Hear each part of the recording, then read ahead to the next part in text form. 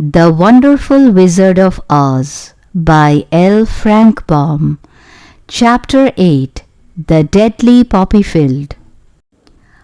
Our little party of travelers awakened the next morning refreshed and full of hope, and Dorothy breakfasted like a princess of peaches and plums from the trees beside the river. Behind them was the dark forest they had passed safely through, although they had suffered many discouragements. But before them was a lovely sunny country that seemed to beckon them on to the Emerald City. To be sure, the broad river now cut them off from this beautiful land, but the raft was nearly done, and after the Tin Woodman had cut a few more logs and fastened them together with wooden pins, they were ready to start. Dorothy sat down in the middle of the raft and held Toto in her arms.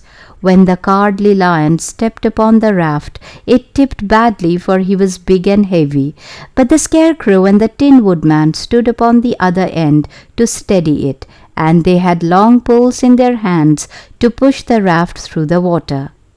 They got along quite well at first, but when they reached the middle of the river, the swift current swept the raft downstream, farther and farther away from the road of yellow brick, and the water grew so deep that the long poles would not touch the bottom.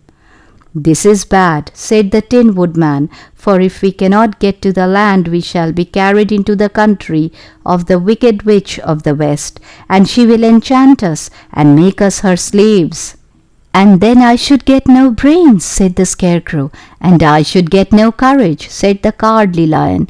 "And I should get no heart," said the Tin Woodman. "And I should never get back to Kansas," said Dorothy.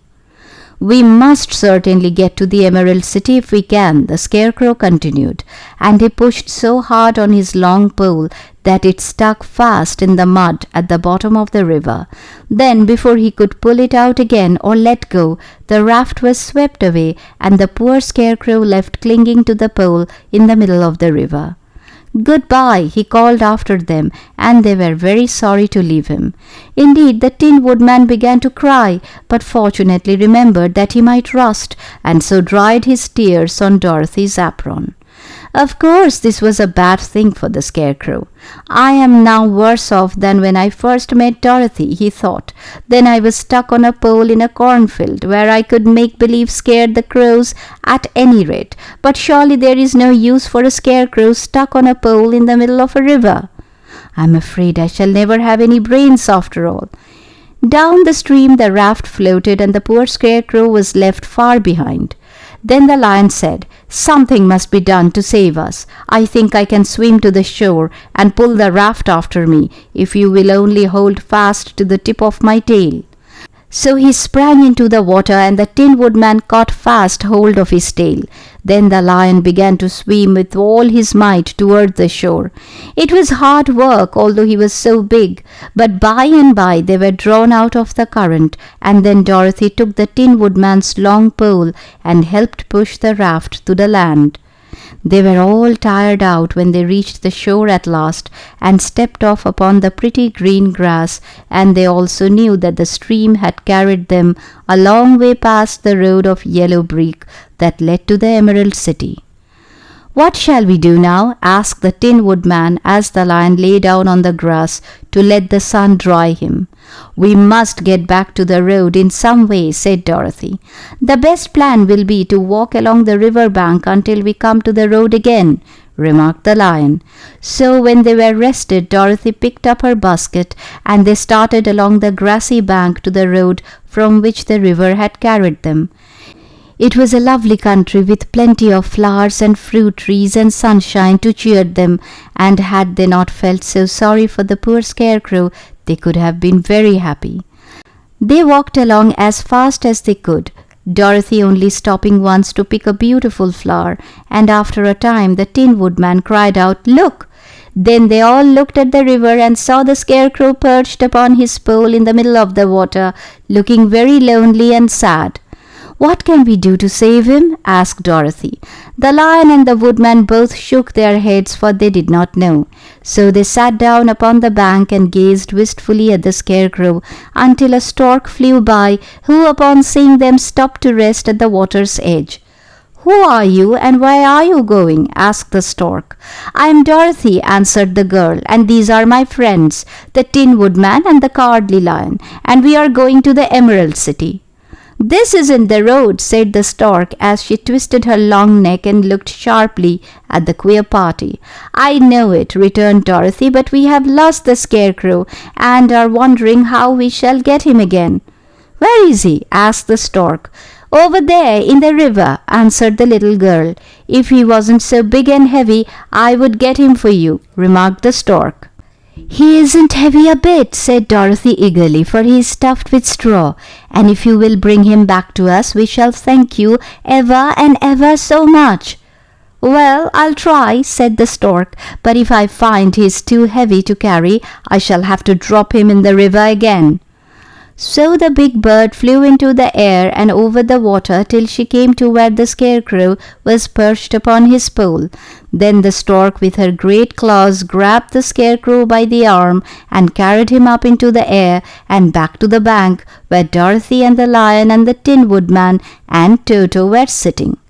When the Scarecrow found himself among his friends again, he was so happy that he hugged them all, even the lion and Toto, and as they walked along he sang "Tol-de-ree-do, at every step. He felt so gay.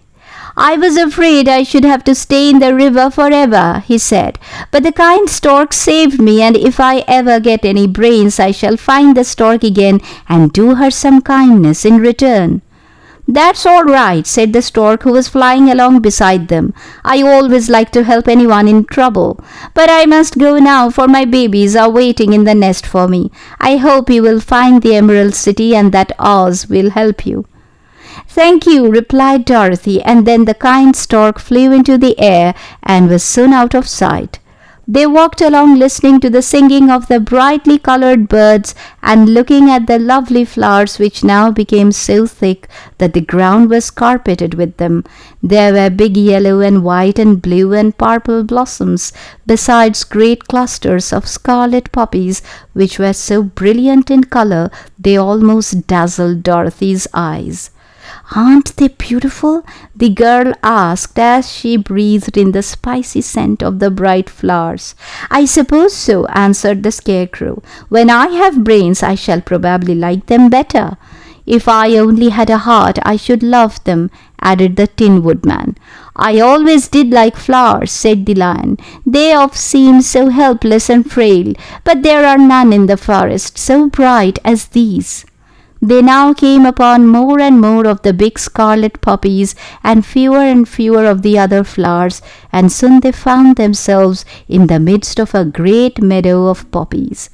Now it is well known that when there are many of these flowers together, their odor is so powerful that anyone who breathes it falls asleep, and if the sleeper is not carried away from the scent of the flowers, he sleeps on and on forever. But Dorothy did not know this, nor could she get away from the bright red flowers that were everywhere about. So presently her eyes grew heavy, and she felt she must sit down to rest and to sleep. But the Tin Woodman would not let her do this. "We must hurry and get back to the road of yellow brick before dark," he said, and the Scarecrow agreed with him. So they kept walking until Dorothy could stand no longer. Her eyes closed in spite of herself, and she forgot where she was and fell among the poppies fast asleep. "What shall we do?" asked the Tin Woodman. "If we leave her here, she will die," said the lion. "The smell of the flowers is killing us all. I myself can scarcely keep my eyes open, and the dog is asleep already." It was true, Toto had fallen down beside his little mistress, but the Scarecrow and the Tin Woodman, not being made of flesh, were not troubled by the scent of the flowers. "Run fast," said the Scarecrow to the lion, "and get out of this deadly flower bed as soon as you can. We will bring the little girl with us, but if you should fall asleep, you are too big to be carried." So the lion aroused himself and bounded forward as fast as he could go. In a moment he was out of sight. "Let us make a chair with our hands and carry her," said the Scarecrow. So they picked up Toto and put the dog in Dorothy's lap, and then they made a chair with their hands for the seat and their arms for the arms, and carried the sleeping girl between them through the flowers. On and on they walked, and it seemed that the great carpet of deadly flowers that surrounded them would never end. They followed the bend of the river, and at last came upon their friend the lion, lying fast asleep among the poppies. The flowers had been too strong for the huge beast, and he had given up at last, and fallen only a short distance from the end of the poppy bed, where the sweet grass spread in beautiful green fields before them. "We can do nothing for him," said the Tin Woodman sadly, "for he is much too heavy to lift. We must leave him here to sleep on forever, and perhaps he will dream that he has found courage at last." "I'm sorry," said the Scarecrow. "The lion was a very good comrade for one so cowardly. But let us go on." They carried the sleeping girl to a pretty spot beside the river, far enough from the poppy field to prevent her breathing any more of the poison of the flowers, and here they laid her gently on the soft grass and waited for the fresh breeze to waken her.